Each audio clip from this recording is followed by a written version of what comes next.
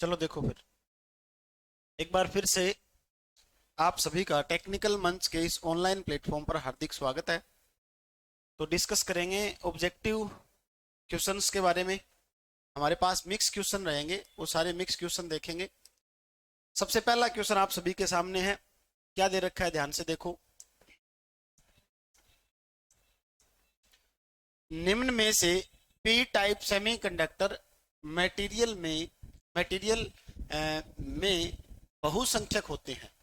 ये पूछा है पी टाइप सेमीकंडक्टर मटेरियल के अंदर बहुसंख्यक हमारे पास क्या रहेंगे, ठीक है ना, यानी कि मेजोरिटी। ज्यादा क्वेश्चन इलेक्ट्रॉनिक्स के हाथ, ठीक है, ताकि कवर होगा कुछ। तो हमारे पास पी टाइप होता है, एक होता है सेमीकंडक्टर एन टाइप। दोनों देखो, सबसे पहले आपको पता है एक तो होता है हमारे पास इंट्रेंसिक सेमीकंडक्टर, एक क्या रहेगा एक्सट्रेंसिक। इंट्रेंसिक को क्या बोलेंगे, इंट्रेंसिक हमारे पास प्योर होता है, ठीक है। अब देखो, एक तो हमारे पास होता है इंट्रेंसिक, ठीक है, एक क्या होता है हमारे पास एक्सट्रेंसिक सेमीकंडक्टर। इंट्रेंसिक जो रहेगा वो हमारे पास प्योर सेमीकंडक्टर होता है, ठीक है। एक्सट्रेंसिक में क्या होगा, एक्सट्रेंसिक के अंदर हमारे पास दो प्रकार आते हैं, एक तो एन टाइप का, ठीक है, और एक हमारे पास क्या होता है पी टाइप का। एन टाइप रहेगा, एक रहेगा पी टाइप, ठीक है। उसके बाद देखो नेक्स्ट क्या है, नेक्स्ट हमारे पास एन टाइप की बात करें। एन टाइप जो होता है इसके अंदर इम्प्योरिटी कौन सी मिलाते हैं, पेंटावेलेंट या ट्राइवेलेंट। इसमें हमारे पास होगी पेंटावेलेंट, ठीक है। और पी टाइप सेमीकंडक्टर के अंदर जो इम्प्योरिटी है वो हमारे पास कौन सी होती है, वो होती है ट्राइवेलेंट, ठीक है। ये चीज ध्यान रखनी है। अब हमारे पास मेन पॉइंट क्या रहेगा, क्वेश्चन पूछ रखा है कि पी टाइप सेमीकंडक्टर मटेरियल में बहुसंख्यक क्या होगा, बहुसंख्यक पूछ रखा है आपको। तो बहुसंख्यक हमारे पास कौन सा है वो आपको बताना है। तो देखो एन को हम लिखते हैं, एन को याद रखने का तरीका सिंपल सा है, एन से याद रखो नेगेटिव, ठीक है ना, और पी से याद क्या रखेंगे पॉजिटिव। यानी कि जिस नाम से इसको याद कर रखा है वही हमारे पास बहुसंख्यक होता है।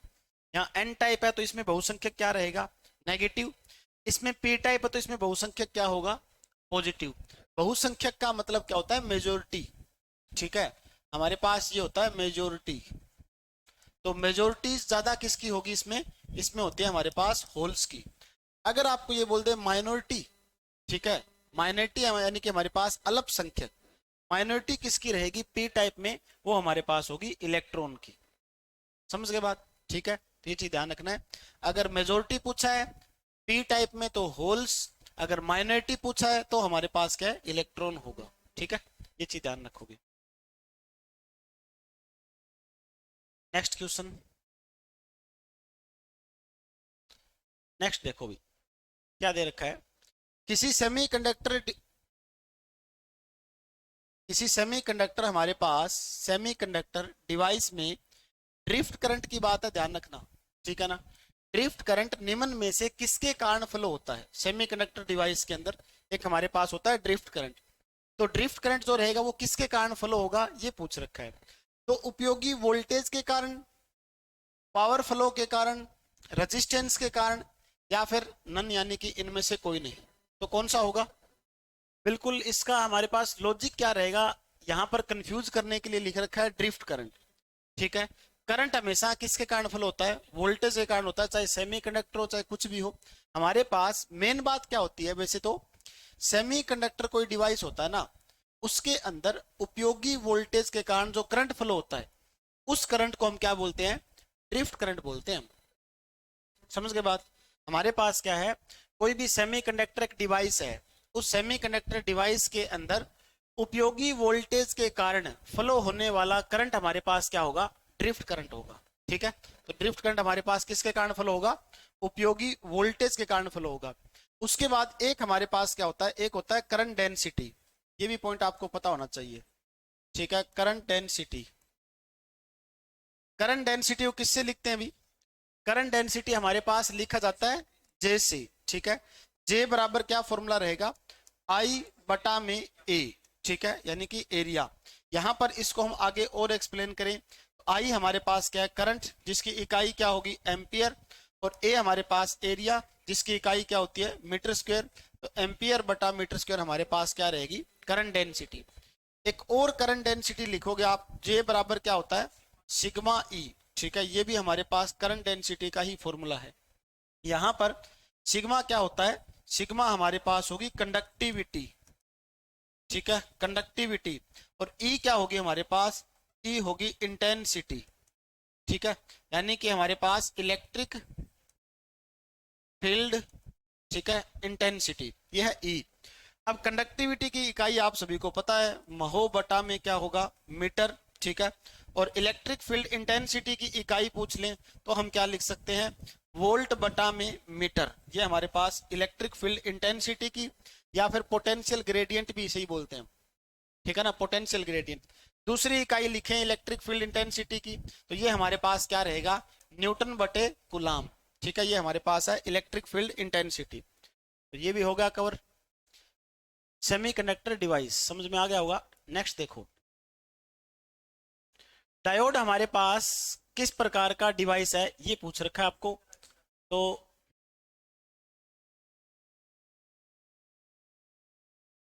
ये सही है क्या, हाँ, पेन थोड़ा सा इसमें डार्क नहीं हो रहा,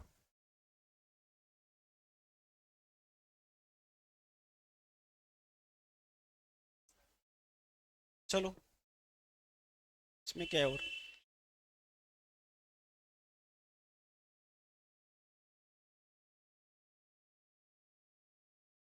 चलो कोई बात नहीं। डायोड हमारे पास किस प्रकार का डिवाइस होता है अभी, डायोड आप सभी को पता है कौन सा डिवाइस रहेगा यूनिडायरेक्शनल, ठीक है, यूनिडायरेक्शनल का मतलब क्या होता है जो हमारे पास डिवाइस सिर्फ एक ही डायरेक्शन में काम करे, ठीक है, ये हमारे पास डायोड का सिंबल है। यहाँ पर क्या रहेगा, इसमें अगर देखें हम डायोड के अंदर, तो इसमें क्या होगा देखो, यहाँ पर हमारे पास क्या होता है एनोड, ठीक है, ये क्या होगा ये हमारे पास होता है कैथोड, ठीक है, एनोड और कैथोड। अब ये तो है डायोड का सिंबल। डायोड क्या होता है हमारे पास, अगर एनोड को हम क्या करें, एनोड को ये हमारे पास क्या होगा पॉजिटिव, ठीक है, इसको क्या मानते हैं नेगेटिव। अगर एनोड को पॉजिटिव के साथ जोड़ दें और कैथोड जो हमारे पास है उसको जोड़ दें किसके साथ नेगेटिव के साथ, तो हमारे पास डायोड किसकी तरह काम करेगा फॉरवर्ड बाइस की तरह काम करेगा। तो डायोड वैसे फॉरवर्ड बाइस में ही काम करता है, रिवर्स बाइस में काम नहीं करता, ठीक है, रिवर्स बाइस में हमारे पास कट ऑफ की तरह काम करता है डायोड। तो इसीलिए हम डायोड को क्या बोलते हैं सिर्फ एक ही डायरेक्शन में काम करेगा यूनिडायरेक्शनल में, ठीक है ना। अगर बाई डायरेक्शनल की बात आ जाए तो हमारे पास जो रजिस्टर है वो कौन सा डिवाइस है बाई डायरेक्शनल है, ठीक है। उसके बाद हमारे पास अगर बात करें इंडक्टर की बाई डायरेक्शनल है, अगर बात करें कैपेसिटर की तो बाई डायरेक्शनल है, ठीक है, दोनों दिशा में काम कर सकता है, ओके, ये चीज ध्यान रखोगे। हाँ डायक है ट्रायक है वो भी हमारे पास बाई डायरेक्शनल होते हैं, ठीक है ना। चलो ये पॉइंट कवर। उसके बाद नेक्स्ट हमारे पास क्या है देखो, निम्न में से आपको पूछा गया इसके अंदर हॉट कैरियर, ठीक है, निम्न में से हॉट कैरियर डायोड किसे कहा जाता है, ठीक है, हॉट कैरियर डायोड हम किसे कहेंगे बताओ भी, निम्न में से हॉट कैरियर डायोड किसे कहा जाएगा।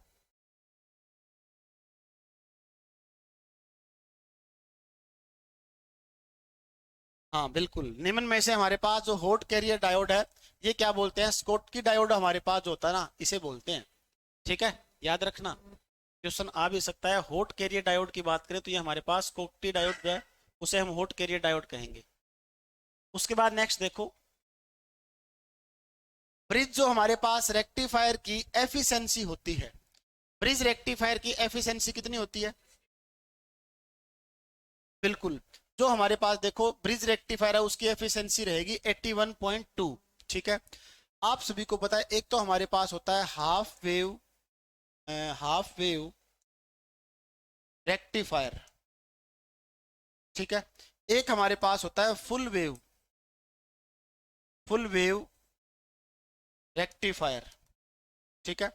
फुल वेव रेक्टिफायर के अंदर दो टाइप होते हैं, एक तो हमारे पास रहेगा सेंटर टेप, ठीक है, और दूसरा हमारे पास क्या रहेगा, दूसरा हमारे पास होता है ब्रिज रेक्टिफायर, अब देखो हाफ वेव के अंदर हम कितने डायोड यूज करते हैं, एक डायोड यूज करेंगे। इसकी एफिशिएंसी कितनी होती है हाफ वेव की, इसके हमारे पास 40.6 इसकी एफिशिएंसी रहेगी। सेंटर टैप की हमारे पास इसमें कितने डायोड होते हैं, इसमें हमारे पास दो हम डायोड यूज करेंगे, ठीक है। इसकी एफिशिएंसी कितनी होगी 81.2%, ठीक है। ब्रिज रेक्टिफायर में 4 डायोड यूज करते हैं, ठीक है, और इसकी एफिशिएंसी कितनी होती है, इसकी एफिशिएंसी भी 81.2%, ठीक है। तो इसमें हमारे पास कौन सा सही होगा, ऑप्शन नंबर सी सही है, ठीक है। ये चीज ध्यान रखना है ब्रिज रेक्टिफायर के लिए। हाँ, हाफ वेव में हमारे पास रिपल फैक्टर कितना होता है 1.21, ठीक है। उसके बाद सेंटर टैप में रिपल फैक्टर कितना होगा 0.48, ठीक है, 48 ही है। उसके बाद हमारे पास ब्रिज में कितना होता है रिपल फैक्टर, सेम ही रहेगा 0.48, ठीक है। इन दोनों में सेम है रिपल फैक्टर, ठीक है। नेक्स्ट देखो, एबीसी फोल सिस्टम में बी प्रयुक्त होने वाला सिस्टम है, बी क्या होगा, एबीसी फोल सिस्टम में बी हमारे पास क्या होगा, ठीक है। देखो हमारे पास यहां पर इसको देखना पड़ेगा, ये क्या लिखा हुआ है फोल सिस्टम, ठीक है ना। एबीसी फोल सिस्टम होता है, ये भी सेफ्टी का ही फीचर है एक। एबीसी जो हम देखते हैं वो तो देखते हैं फर्स्ट एड का ब्रीथिंग वाला, फोल सिस्टम में देखें तो यहां पर क्या आएगा बॉडी वियर, ठीक है, ये हमारे पास अलग होता है। अब इसमें तीनों एबीसी क्या है वो चीज देखो फिर, ये हमारे पास देखो एबीसी का मतलब हमारे पास ए बी और सी, ठीक है। ये सेफ्टी फीचर के लिए होता है, ये वैसे तो सेफ्टी फीचर के लिए ये हम यूज करेंगे। सेफ्टी फीचर में अगर बात करें ए की, ए को लिखा जाता है एनकोरेज, ठीक है ना, एनकोरेज कनेक्टर। ए का हमारे पास क्या रहेगा एनकोरेज कनेक्टर, यानी कि जो भी हमने सेफ्टी जो बेल्ट पहन रखा है उसको आगे हम क्या करेंगे कनेक्ट कर देंगे किसी के साथ, ठीक है ना, ये रहेगा एनकोरेज कनेक्टर। उसके बाद बी हमारे पास क्या होता है, बी रहेगा बॉडी वियर, ठीक है ना, बॉडी पर पहनने वाला जो हमारे पास बेल्ट है वो क्या होगा बी होगा बॉडी वियर, ठीक है, सेफ्टी का फीचर है ये। उसके बाद सी हमारे पास क्या होता है, सी होता है कनेक्टिंग डिवाइस, ठीक है। जो भी डिवाइस हमारे पास कनेक्ट कर रखा है हमने उसे हम क्या बोलेंगे कनेक्टिंग डिवाइस, ठीक है। यहां से लेकर यहां तक हमने कनेक्ट कर दिया, ये कनेक्टिंग डिवाइस, समझ गए बात। तो ये हमारे पास क्या है सेफ्टी, आप सभी को पता है जरूरी है भी, ठीक है। कहीं पर भी ये फॉल प्रोटेक्शन के लिए होता है, वैसे फॉल बचाव के लिए, गिरने से बचने के लिए, ठीक है ना। गिरने से बचने के लिए मान लो कल को कोई काम वगैरह करना पड़ता है हाइट पे, तो आपको ये बेल्ट पहनना पड़ेगा, ठीक है। ये बेल्ट आप सभी ने देखा, ये बेल्ट पहनोगे तो इसमें आपसे पूछ सकते हैं एबीसी हमारे पास फॉल प्रोटेक्शन में एबीसी क्या बोलता है, पहला एनकोरेज, दूसरा बॉडी वियर, तीसरा हमारे पास कनेक्टिंग डिवाइस, ठीक है। ये चीज ध्यान रखना है। चले आगे, फर्स्ट एड का हमारे पास क्या होता है, देखो फर्स्ट एड में आप सभी को पता है सिंपल सा पॉइंट रहेगा। फर्स्ट एड के अंदर देखें तो हमारे पास अगर हम देखें फर्स्ट एड के अंदर, फर्स्ट एड में, ठीक है, तो उसमें क्या होता है, ए से हमारे पास क्या होगा एयरवे, ठीक है। बी से क्या होता है, बी से होता है ब्रीदिंग, और सी से क्या होगा, सी से हमारे पास सर्कुलेशन, ठीक है। ये होता है हमारे पास फर्स्ट एड के अंदर, ओके। ये तीनों ध्यान रखना, फर्स्ट एड और फॉल प्रोटेक्शन फॉल सिस्टम के लिए, ठीक है। चले आगे, नेक्स्ट देखो अगला हमारे पास निम्न में से ट्रांजिस्टर के लिए सही बताएं, ट्रांजिस्टर के लिए सही क्या होगा, ट्रांजिस्टर, ट्रांजिस्टर टी और टी, ट्रांजिस्टर रजिस्टर, या फिर ट्रांसफर रजिस्टर, या फिर इनमें से कोई नहीं, कौन सा सही होगा, पढ़ रखा है, बिल्कुल सही बात है। इसमें हमारे पास क्या आएगा ट्रांसफर ऑफ रजिस्टर, उसे हम क्या बोलते हैं ट्रांजिस्टर बोलते हैं, ठीक है ना। ट्रांजिस्टर का अगर आप पूर्ण रूप देखोगे तो उसका मतलब क्या होता है ट्रांसफर रजिस्टर, ठीक है, तब हमारे पास ट्रांजिस्टर होता है वो, ओके। ये नए क्वेश्चन है वैसे तो आप सभी के लिए, आप इसको टीटी लिखोगे तो ये गलत है भाई, ठीक है ना, ये हमारे पास सही नहीं होगा। तो मेन बात ध्यान क्या रखना है, ट्रांजिस्टर के अंदर क्या होता है, ट्रांसफर ऑफ रजिस्टर, उसे बोलते हैं ट्रांजिस्टर। ट्रांजिस्टर के अंदर आप सभी को पता है क्या होगा, ट्रांजिस्टर के अंदर हमारे पास इस तरह से एक तो ट्रांजिस्टर ये होगा, अगर हमने ये टर्मिनल अंदर कर देते हैं, ये पॉइंटर, ठीक है, पॉइंटर हमारे पास अंदर रहेगा, तो इसे क्या बोलेंगे, पॉइंट इन, ठीक है, यानी कि पीएनपी ट्रांजिस्टर, ठीक है। ये होता है एमीटर, ये होगा कलेक्टर, ये क्या होगा, बेस, ठीक है। अगर हम दूसरा क्या करें, जो हमारे पास ट्रांजिस्टर है उसके अंदर पॉइंट को बाहर कर देते हैं, तो ये हमारे पास क्या हो जाएगा, नोट पॉइंट इन, ठीक है। याद रखने का तरीका यही है, ये हमारे पास एनपीएन, ये क्या रहेगा, पीएनपी। जिस पर पॉइंटर लगा होता है वो हमारे पास होता है एमीटर, जिस पर नहीं लगा वो बेस, और बीच का हमारे पास जिस पर पॉइंट नहीं लगा वो कलेक्टर होगा भी, ये ठीक है ना, कलेक्टर होगा, और ये क्या होगा, हमारे पास बेस होगा, ठीक है। यहाँ तक क्लियर, चले आगे, बोल बोल बोल।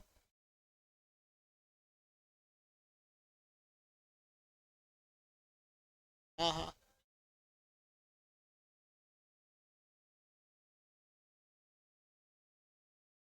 तो इसमें देखो, मेन तो हमारे पास क्या, देखो ये जो एरो का निशान है ना, ये करंट के बारे में बताएगा मेन तो, ठीक है ना। भी यहाँ पर करंट हमारे पास बाहर जा रहा है, यहाँ पर करंट क्या है, इनसाइड है, ठीक है, ये चीज देखना पड़ता है हमें। ओके, ये चीज ध्यान रखेंगे ट्रांजिस्टर के बारे में, पीएनपी और क्या होगा, एनपीएन। चलो नेक्स्ट देखो, अगर ट्रांजिस्टर का एमिटर जंक्शन और कलेक्टर जंक्शन दोनों हमारे पास किसमें हो, रिवर्स बाइस में कनेक्ट हो, तो ट्रांजिस्टर किस प्रकार कार्य करेगा, ये पूछ रखा है। अब आप सभी को पता है 4 पॉइंट हमारे पास होता है, एक तो होता है एमिटर जंक्शन, ठीक है ना, एक हमारे पास होगा कलेक्टर जंक्शन, ठीक है। अगर ट्रांजिस्टर पहला पॉइंट फर्स्ट हमारे पास हो फॉरवर्ड बाइस, ठीक है, ये तो है जंक्शन का नाम, ठीक है ना, एक हमारे पास हो फॉरवर्ड बाइस पहला पॉइंट, यानी कि एमिटर जंक्शन हो फॉरवर्ड बाइस, और दूसरा कलेक्टर जो जंक्शन है वो हमारे पास हो रिवर्स बाइस, तब ट्रांजिस्टर किसकी तरह काम करने लगेगा, एक्टिव की तरह। अगर हमारे पास ये हो फॉरवर्ड बाइस और कलेक्टर जंक्शन भी किसकी तरह हो, फॉरवर्ड बाइस की तरह, तो हमारे पास क्या होगा, तो हमारे पास होगा सेचुरेशन पॉइंट, ठीक है। अगर हमारे पास एक पॉइंट हो रिवर्स बाइस और दूसरा भी हमने क्या कर दिया, रिवर्स बाइस कर दिया, तो क्या होगा फिर, तो होगा कट ऑफ, ठीक है, कट ऑफ रीजन। नेक्स्ट हमारे पास एक हो रिवर्स बाइस, एक हो हमारे पास फॉरवर्ड बाइस, तो ट्रांजिस्टर किसकी तरह काम करेगा, तो हमारे पास होगा इन्वर्टेड, ठीक है, इन्वर्टेड रीजन के अंदर काम करेगा। ये चारों पॉइंट ध्यान रखने हैं, एग्जाम में बहुत बार क्वेश्चन आए हुए हैं, ठीक है। अगर आपने प्रीवियस ईयर के पेपर जो देखे हैं हरियाणा वाले, उनमें है, ये कई पेपर में है, ठीक है। चलिए नेक्स्ट, नेक्स्ट देखो भाई, निम्न में से आइडियल ऑपरेशनल एम्पलीफायर, ठीक है ना, ओपेम, ऑपरेशनल एम्पलीफायर का open loop gain, open loop gain होता है 0, हाई, अनंत या 1, कितना होगा भाई, ओपन लूप गेन हमारे पास कितना होता है, हाँ ओपन लूप गेन, तुक्का 0 है, तो तुक्का तो गलत है फिर हमेशा। देखो हमारे पास क्या होता है ऑपरेशनल एम्पलीफायर के अंदर, ठीक है, ऑपरेशनल एम्पलीफायर में क्या कंडीशन है, देखो बिल्कुल सिंपल सा पॉइंट है, ऑपरेशनल एम्पलीफायर आपको क्वेश्चन मिलेगा आइडियल का ही, ठीक है ना, आइडियल ऑपरेशनल एम्पलीफायर, पहला पॉइंट तो रहेगा ओपन लूप गेन, ठीक है ना, ए ओ से लिख सकते हैं उसको, ठीक है ना, open loop gain. Open loop gain हमारे पास क्या होता है, इन्फिनिटी, ओके याद रखोगे। वैसे आपको कोई भी नाम आ जाए ना आइडियल ऑपरेशनल एम्पलीफायर का, कुछ भी पूछ ले, ओपन लूप गेन, हमारे पास इनपुट रेजिस्टेंस, या फिर स्ल्यू रेट पूछ ले, या फिर हमारे पास क्या है, और स्ल्यू रेट का पॉइंट हो गया, एक हमारे पास क्या है ओपन लूप गेन का हो गया, 3-4 पॉइंट है, ये 4-5 पॉइंट आपको पूछेंगे, तो इनमें आपको लगभग ऑप्शन क्या करना है, अनंत, सिर्फ किसको छोड़कर, आउटपुट रेजिस्टेंस को छोड़कर, ठीक है। देखो ओपन लूप गेन इन्फिनिटी, उसके बाद हमारे पास इनपुट रेजिस्टेंस क्या रहेगा, ये भी इन्फिनिटी, एक हमारे पास क्या है स्ल्यू रेट, ये भी क्या होगा इन्फिनिटी, ठीक है। एक हमारे पास क्या दे रखा है, आपको ध्यान क्या रखना है बस, आउटपुट रेजिस्टेंस। इसको याद रखने का तरीका मैंने बताया था कि आर ओ लिखा जा रहा है यहाँ पर, ठीक है। तो इसको आप याद रखो किससे, जीरो से। आउटपुट रेजिस्टेंस जीरो होगा और सारे पॉइंट आपको अनंत करने हैं इसमें, ठीक है ना। इसका क्या होगा, अनंत हमारे पास आइडियल ऑपरेशनल एम्पलीफायर का ओपन लूप गेन अनंत होता है, ठीक है। स्लीव रेट की इकाई बताओ भाई, स्लीव रेट की इकाई। कल जो मैंने क्वेश्चन पूछा था एक फ्रिंगिंग इफेक्ट का, फ्रिंगिंग इफेक्ट, ठीक है। जवाब तो वैसे किसी का नहीं आया कमेंट सेक्शन में। बाकी फ्रिंगिंग इफेक्ट हमारे पास क्या होता है हमेशा, एक से ज्यादा, ठीक है, एक से ज्यादा होता है फ्रिंगिंग इफेक्ट, ठीक है। ये मैंने बताया था इंडक्शन मशीन का, जो हमारे पास मशीन होती है, मशीन का जो फ्रिंगिंग इफेक्ट है वो 1.1 से लेकर कितना होगा, 1.24 तक लगभग होता है फ्रिंगिंग इफेक्ट, ठीक है। जो हमारे पास मशीन होती है उसका फ्रिंगिंग इफेक्ट क्या रहेगा, 1.1 से लेकर 1.24, ठीक है। कमेंट सेक्शन में एक भी बच्चे ने जवाब नहीं दिया बस, क्योंकि कभी देखा ही नहीं फ्रिंगिंग इफेक्ट है क्या। चलो नेक्स्ट देखो क्या पॉइंट है, यहाँ तक कवर हो गया सारा कुछ, ठीक है। हाँ, स्लीव रेट की इकाई, ठीक है। स्लीव रेट की इकाई बताओ भी क्या होती है। बिल्कुल, स्लीव रेट की इकाई हमारे पास क्या होगी, वोल्ट बटे माइक्रो सेकंड, ठीक है। याद रखना ये आपके एलएम के पेपर के अंदर आया हुआ क्वेश्चन है ये, ठीक है ना। एलएम के पेपर के अंदर आया था, स्लीव रेट की इकाई बताओ, वोल्ट बटे माइक्रो सेकंड। चलो ये देखो कुछ बातें हैं एम्पलीफायर की, एम्पलीफायर की यहां से क्या क्वेश्चन बन सकते हैं देखो। अगर आपको इस टाइप का कोई सिंबल दिखाई दे वो हमारे पास एम्पलीफायर है। एम्पलीफायर में आपको पूछ लें कितने हमारे पास टर्मिनल होते हैं एम्पलीफायर के अंदर, एक से लेकर कितने हैं, 8, 8 हमारे पास। वैसे ये एम्पलीफायर जो ऑपरेशनल एम्पलीफायर का पिन आउट कॉन्फ़िगरेशन है, ये पिन हमारे पास होती है इसके अंदर ये, ठीक है। तो एक तो होता है इन्वर्टिंग, एक रहेगा हमारे पास नॉन इन्वर्टिंग, दो होता है। इन्वर्ट का मतलब होता है उल्टा और नॉन इन्वर्ट का मतलब हमारे पास इन फेज, ठीक है, ये रहेगा।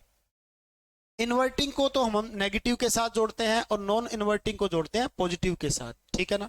उसके बाद ऊपर हमारे पास जो रहेगी वो है पॉजिटिव वोल्टेज सप्लाई, ठीक है।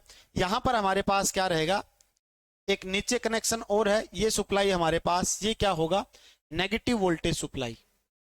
ऑपरेशनल एम्पलीफायर को सप्लाई देने के लिए ऊपर का जो पॉइंट है वो तो पॉजिटिव, नीचे का जो पॉइंट है वो हमारे पास नेगेटिव पॉइंट रहेगा, ठीक है। यहां से हम क्या उठाएंगे, आउटपुट टर्मिनल, ठीक है। बाकी ये जो पॉइंट दे रखे हैं, एक ये नोड एक ये नोड, इसका हमें जरूरत नहीं है इसकी, ठीक है ना, ये इतना इंपॉर्टेंट नहीं है।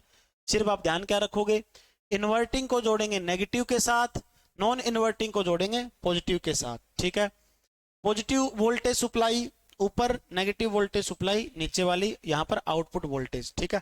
ये हमारे पास क्या इसका कुछ इस तरह से, आईसी आपने देखी है ना, आईसी, आईसी की तरह ही होता है ये, ठीक है ना, इंटीग्रेटेड सर्किट की तरह होता है। 8 पिन हमारे पास इसमें होते हैं ये, ठीक है, 8 पिन। अब 8 पिन में मेन कौन सा है, पहला जो पिन है वो होता है ऑफसेट नल, ठीक है ना, जो हमारे पास वोल्टेज है उसको जीरो करने के लिए, जो भी हमारे पास पॉइंट है जो वोल्टेज है उसको जीरो करने के लिए ऑफसेट नल होता है, नल का मतलब जीरो। 2 नंबर जो हमारे पास पिन रहेगी वो किसके लिए होता है, इन्वर्टिंग इनपुट के लिए। 3 नंबर पिन हमारे पास नॉन इन्वर्टिंग पिन के लिए, क्योंकि पिछले एलएम के पेपर के अंदर आईसी से भी क्वेश्चन आए थे, आपने देखा होगा, ठीक है ना। थोड़ी सी बात इसकी बेसिक सी पता होनी चाहिए, ज्यादा नहीं, बस 2 नंबर पे इन्वर्टिंग, 3 नंबर पे नॉन इन्वर्टिंग, ठीक है। 4 नंबर पे नेगेटिव वीसीसी और हमारे पास 7 नंबर पे पॉजिटिव वीसीसी, ठीक है।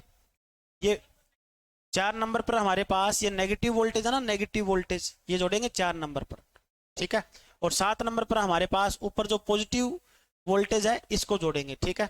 और आउटपुट कहां से प्राप्त होती है, 6 नंबर से, बस यही चीज ध्यान रखनी है।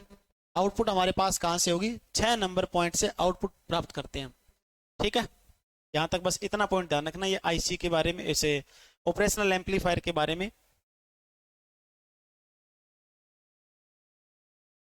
चलें आगे।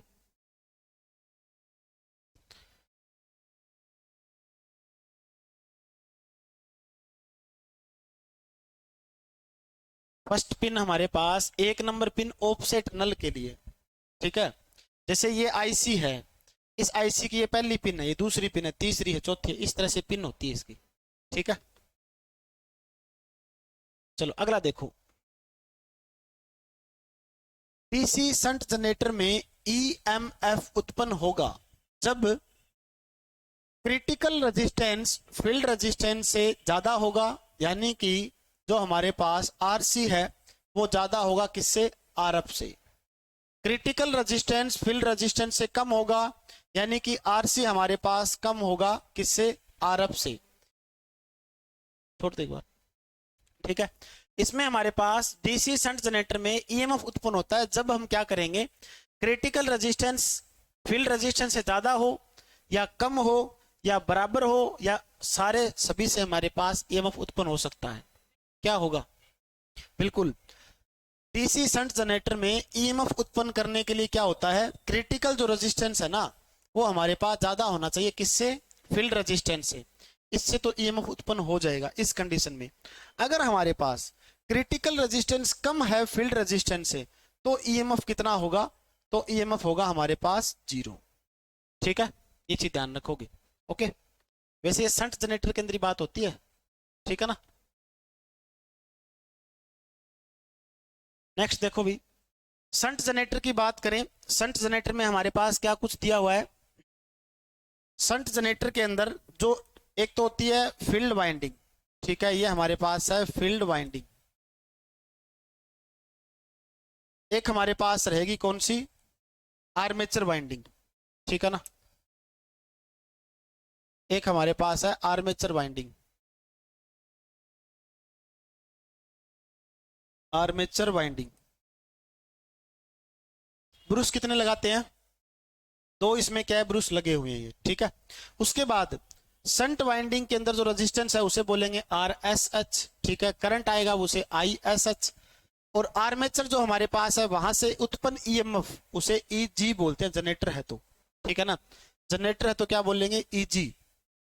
और आर्मेचर का रेजिस्टेंस आर ए, ठीक है। उसके बाद आईए हमारे पास आर्मेचर करंट, आईएल क्या रहेगा, लोड करंट या फिर लाइन करंट हम बोल सकते हैं, ठीक है। और ये होगी हमारे पास टर्मिनल वोल्टेज। अब इसमें सारी डायरेक्शन बाहर की तरफ है तो ये हमारे पास जनरेटर है, मोटर है, फिर जनरेटर है फिर, ठीक है ना। सारे हमारे पास डायरेक्शन बाहर की तरफ है, जनरेटर है। तो जनरेटर है तो यहां से वोल्टेज जनरेट होगी। जनरेट वोल्टेज का एक तो फॉर्मूला हमारे पास क्या होता है, P5ZN बटा में 60A, ठीक है। एक तो हमारे पास ये रहेगा, इकाई होगी वोल्ट, ठीक है। उसके बाद एक फॉर्मूला हमारे पास Eg बराबर क्या होगा, Eg बराबर मेन वोल्टेज को यानी कि टर्मिनल वोल्टेज को और जो हमारे पास ड्रॉप हुए हैं उनको जोड़ देंगे फिर, ठीक है। तो V प्लस में क्या रहेगा, IaRa, ठीक है। ये हमारे पास होता है Eg की इक्वेशन शंट जनरेटर के अंदर। शंट जनरेटर की जो Eg की इक्वेशन है वो कौन से जनरेटर के समान होती है, सेपरेटली के, ठीक है ना। सेपरेटली एक्साइटेड जनरेटर है उसके क्या रहेगी, समान रहेगी ये, ठीक है। ये चीज ध्यान रखोगे। तो यह equation separately excited DC generator के समरूप होती है, ठीक है। ये चीज ध्यान रखोगे। यहां तक डन, चले आगे। हाँ अब एक पॉइंट और है इसमें काफी, तो इसका यूज बताओ, यूज सबसे इंपॉर्टेंट है इसका। शंट जनरेटर का यूज हमारे पास कहां किया जाता है, आज ही डिस्कस किया था। पहला पॉइंट तो हमारे पास बैटरी चार्जिंग के लिए, ठीक है। दूसरा पॉइंट हमारे पास लाइटिंग पर्पज के लिए। तीसरा पॉइंट हमारे पास एक्साइटेशन, एक्साइटेशन के लिए। और कोई पॉइंट, इलेक्ट्रोप्लेटिंग में भी कर सकते हैं, इलेक्ट्रोप्लेटिंग। अगर हमारे पास सेपरेटली एक्साइटेड नहीं है तो उसकी जगह हम ये यूज कर सकते हैं, ठीक है। एक्साइटेशन हमारे पास जो सिंक्रोनस मशीन है, उसको एक्साइट करने के लिए हम किसका यूज करते हैं? डीसी शंट जनरेटर का, या फिर कंपाउंड का भी यूज कर सकते हैं। ये बताओ, डीसी जनरेटर में नेट फ्लक्स, ठीक है, नेट फ्लक्स की प्रकृति कैसी होगी? डीसी जनरेटर में नेट फ्लक्स की किस प्रकृति का होगा? पीकली नेचर, ठीक है ना, ये बढ़िया याद कर रखा है अभी। ये हमारे पास रहेगा पीकली नेचर, ठीक है, बाकी बहुत कम पता होगा बच्चों को, ये मैंने करवा रखा है, स्पेशल लिखवाया भी पॉइंट है ये, ठीक है। ये हमारे पास होगा पीकली नेचर का। उसके बाद अगर आपको बोल दे ट्रायंगुलर कहां पर उत्पन्न होता है? एमएमएफ, डीसी जनरेटर के अंदर जो हमारे पास जो मैग्नेटोमोटिव फोर्स की जो वेव बनेगी वो हमारे पास होती है ट्रायंगुलर वेव की, ठीक है। ये हमारे पास एमएमएफ किस रूप में पैदा होता है? वो ट्रायंगुलर रूप में। साइन वेव हमारे पास कहाँ रहेगा? ये आर्मेचर के ऊपर, ठीक है। और सैडल वेव आप बताओगे कहां पर होगा, ठीक है, याद कर लेना ये। चलो नेक्स्ट हमारे पास क्या दिया हुआ अभी? बैटरी में टर्मिनल की जांच करने के लिए, बैटरी में टर्मिनल की जांच करनी है हमें, ठीक है, किस प्रकार का वोल्ट मीटर यूज करेंगे? ये आप सभी को पता ही है, MC टाइप वोल्ट मीटर, ठीक है। तो अब हमारे पास एक तो होता है MC, जिसे क्या बोलते हैं अभी? जिसे बोलते हैं मूविंग कॉइल, ठीक है। मूविंग कॉइल की सारी बात आप सभी को पता है कि मूविंग कॉइल हमारे पास एवरेज वैल्यू के लिए, ठीक है ना, एवरेज वैल्यू के लिए, ठीक है। दूसरा हमारे पास एडी करंट डैंपिंग इसमें होती है, ठीक है। उसके बाद हमारे पास ओनली डीसी, ठीक है, डीसी केवल डीसी पर यूज होने वाला हमारे पास ये रहेगा, ठीक है। उसके बाद हमारे पास एक आएगा MI टाइप। MI टाइप का मतलब क्या होगा? MI टाइप का मतलब मूविंग आयरन, मूविंग आयरन। यहां पर क्या होगा? मूविंग आयरन के अंदर हमारे पास RMS वैल्यू के लिए होता है मूविंग आयरन, ठीक है। उसके बाद इसमें क्या होगी? एयर फ्रिक्शन डैंपिंग, ठीक है, एयर फ्रिक्शन इसमें डैंपिंग होती है। और ये हमारे पास AC और DC दोनों पर काम करने वाला रहेगा, ठीक है। यहां तक ध्यान रखना। ये हमारे पास क्या है? तो बैटरी के टर्मिनल मापने के लिए हमारे पास क्या होगा? MC type volt meter.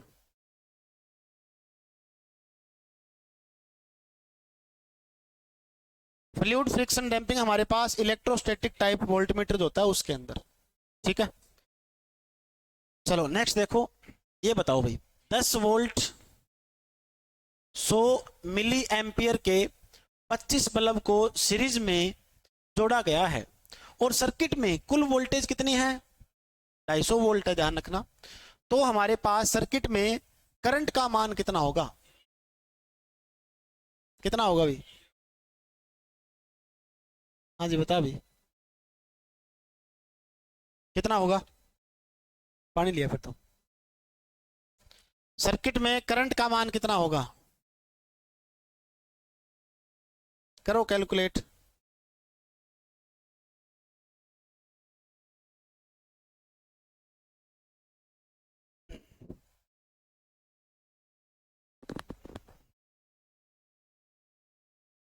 कितना आएगा? 0.1। देखो मेन तो नाम आपको देखना था सीरीज, कुछ करना ही नहीं है। सीरीज में करंट क्या होता है? सेम। हमें कोई कैलकुलेशन नहीं करनी है, बस हमें देखना है कि 100 मिली एम्पियर को किस टाइप में लिखा जाता है, ठीक है ना, यही चीज चेक करनी है हमें। अब 100 मिली का मतलब क्या होता है? मिली का मतलब हमारे पास 10 की पावर -3, ठीक है, ये होगा एम्पियर। अब ऑप्शन में ये तो है नहीं, हम क्या करेंगे? इसको 100 बटा में लिख देंगे, कितना? 3 जीरो, ठीक है। 2 जीरो से 2 जीरो कैंसिल, तो क्या बनेगा? 1/10। ये भी ऑप्शन में नहीं है, तो ये पॉइंट लग जाएगा 0.1 हमारे पास एम्पियर, ठीक है। तो इसका क्या आ जाएगा? 0.1 एम्पियर। कुछ करना ही नहीं था इसमें तो, ठीक है ना। ये जो वैल्यू दे रखी है 10 वोल्ट 25 बल्ब 250, ये सारे कंफ्यूजन के लिए सारे पॉइंट, ठीक है। हाँ, इसमें हमारे पास सीरीज देखना था, सीरीज में करंट सेम है बस, ठीक है, थ्योरी गलत थोड़ी होगी, थ्योरी में जो आपने पढ़ रखा है वो सारी चीज सही है बस। चलो नेक्स्ट, इंडक्टेंस के शुरुआत में टाइम जीरो होने पर किस प्रकार व्यवहार करता है। बिल्कुल, अगर हमारे पास कोई इंडक्टेंस है एक, ठीक है ना, इंडक्टर है, यहाँ पर इंडक्टेंस की जगह इंडक्टर लिखा होता तो और बढ़िया होता। ठीक है, इंडक्टर, कोई हमारे पास इंडक्टर है, इंडक्टर क्या करता है अभी, वोल्टेज, इसको एनर्जी को स्टोर करता है। ठीक है, तो जीरो से लेकर टॉप तक जाएगा, पहले हमारे पास शुरुआती पॉइंट होता है, उसके बाद आगे बढ़ेगा, धीरे धीरे टाइम लेगा एनर्जी स्टोर करने में।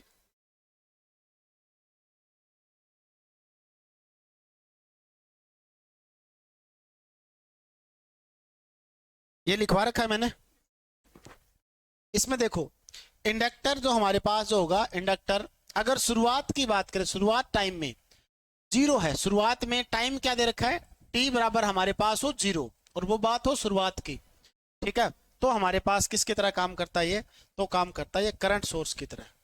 ठीक है ना, ये चीज ध्यान रखोगे, इंपॉर्टेंट है। शुरुआत में अगर टाइम जीरो है तो क्या करेगा, करंट सोर्स की तरह। ठीक है, बाकी अगला देखेंगे बाद में। नेक्स्ट देखो भी,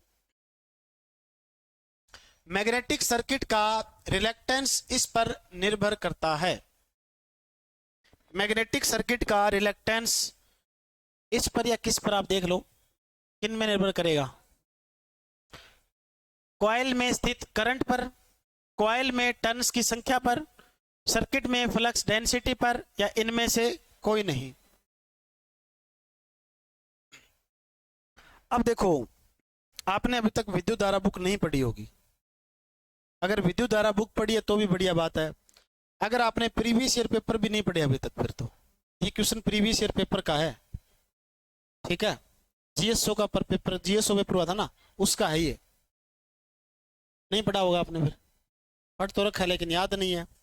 इसमें हमारे पास क्या होता है, सर्किट में फ्लक्स डेंसिटी, ठीक है, जो हमारे पास रिलेक्टेंस होगा, रिलेक्टेंस हमारे पास किस पर निर्भर करेगा, रिलेक्टेंस निर्भर करेगा सर्किट में फ्लक्स डेंसिटी पर, क्योंकि मेन जो डिपेंड करता है रिलेक्टेंस किसको प्रभावित करता है, फ्लक्स को ही करता है।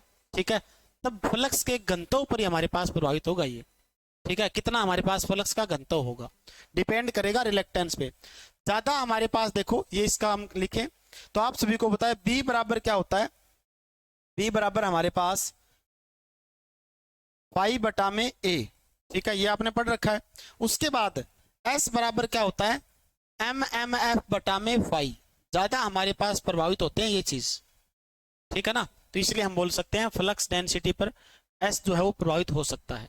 ठीक है, तो इसका आंसर यही मान रखा है। अभी नहीं करेंगे उसमें आप बोलोगे एम एम एफ की वैल्यू रख दें एन आई। ठीक है, ये हमें नहीं देखना, क्योंकि रेजिस्टेंस हमारे पास, जो रिलेक्टेंस हमारे पास है, उसको रोकने का मेन काम कौन कर रहा है, वो हमारे पास फ्लक्स को मेन रोकने का काम कौन कर रहा है, रिलेक्टेंस ही कर रहा है, तो फ्लक्स डेंसिटी पर आएगा ये। चलो ठीक है, तो बस आज के लिए इतना ही। जितने भी क्वेश्चन है नए थे आज, तो सारे नए क्वेश्चन थे। ठीक है, और ये जो अपनी बुक है अभी मार्केट के अंदर विद्युत धारा बुक है, जितनी भी इसमें कोई गलतियां वगैरह थी वो सारी रेक्टिफाई कर दी। ठीक है, और भी कोई इसमें कुछ मिस्टेक है तो वो मैं यूट्यूब पर ही आपको बता दूंगा, एक साथ एक दिन क्या इकट्ठा, तो कोई गलती है ना, 5-7 क्वेश्चन जो भी गलत है वो बता देंगे। बाकी ये आप सभी ने देख लिया होगा, अभी सारे बच्चे बढ़िया मेहनत कर रहे हैं। तो जिसको भी ये बुक मंगवानी है वो डिवाइन स्टडी ऐप से, DIVINE डिवाइन स्टडी जो ऐप है, इस ऐप से आप डायरेक्ट ऑर्डर कर सकते हो। ऑनलाइन आप ऑर्डर करोगे तो आपके घर पर पहुंच जाएगी बुक ये। ठीक है, डिवाइन स्टडी ऐप डाउनलोड करो। बाकी अगर रेगुलर क्लास ज्वाइन करनी है तो क्लास के लिए आप सभी को पता है ये बैच अभी चल रहे हैं फिलहाल। एलम ऐसे का जो बैच है, ब्रह्मास्त्र बैच, रिकॉर्डेड कोर्स है ये। ठीक है, कंप्लीट क्लास इसमें है, लगभग 150 प्लस क्लास इसमें हो चुकी है। एलम ऐसे का जो एक परीक्षा 0.5 बैच है, लाइव प्लस रिकॉर्डेड। इस बैच के अंदर क्या है, एमसीक्यू बैच भी साथ में मिलेगा आपको इस बैच के अंदर। इलेक्ट्रिशियन थ्योरी जो एमसीक्यू लक्ष्य बैच है, ये लाइव प्लस क्या है, रिकॉर्डेड है, इसमें सिर्फ एमसीक्यू ही करवाए जाते हैं। ठीक है, तो बाकी जितना करवाया है उसको रिवीजन जरूर करोगे। तो आज के लिए इतना ही, मिलते हैं next. Thank you very much.